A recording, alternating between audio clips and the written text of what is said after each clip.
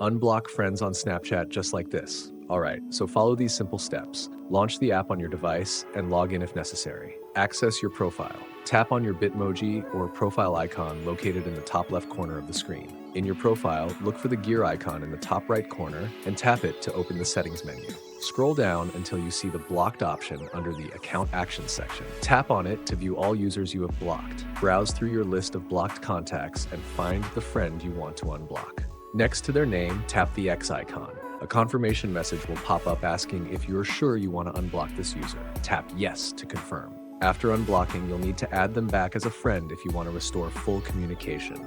Simply search for their username and send a friend request.